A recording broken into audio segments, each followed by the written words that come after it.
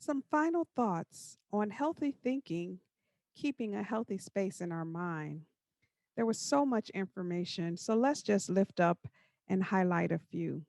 First and foremost, if you or someone you know or love is thinking about suicide, talking about suicide, or just feeling hopeless and you need someone to talk to, please call the National Suicide Prevention Hotline at 1 800 273 TALK. That's 1 800 273 8255.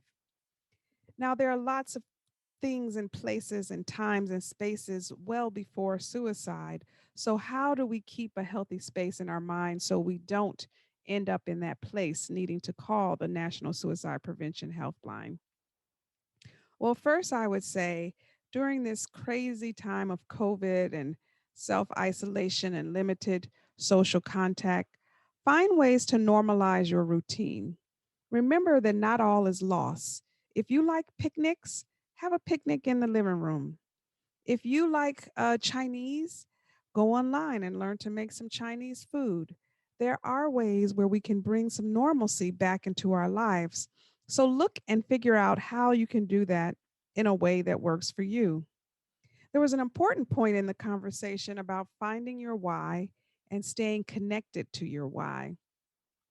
We've had plenty of time to reflect. I hope you sure have been using that time to think about what's important to you, why it's important to you, and how you can continue to commit yourself to that work. If you haven't, it's not too late. You can still think about it, pray on it, meditate on it, figure out what your why is. Why do you get up every day? What's the thing that gives your spirit a light to drive you forward? Find it and stay connected to it.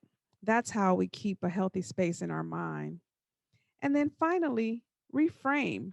There is something good in every situation. When COVID first started, we were consumed with the good. We didn't have to fight the traffic. We were able to spend time with our children. We were able to cook more. But as that good thing went on and on, we started to appreciate it less, as we often do, and we started to almost take it for granted. And then we began to complain about the very things that we thought were amazing gifts in the beginning. So sometimes it's just about reframing our thinking. There is always a positive side to every situation, every sorrow, or every loss. And we just have to be willing to reframe and look at it. Sometimes it can feel overwhelming.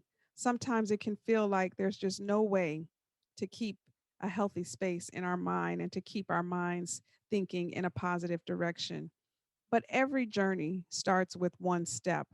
It reminds me of that old saying, how do you eat an elephant? One bite at a time.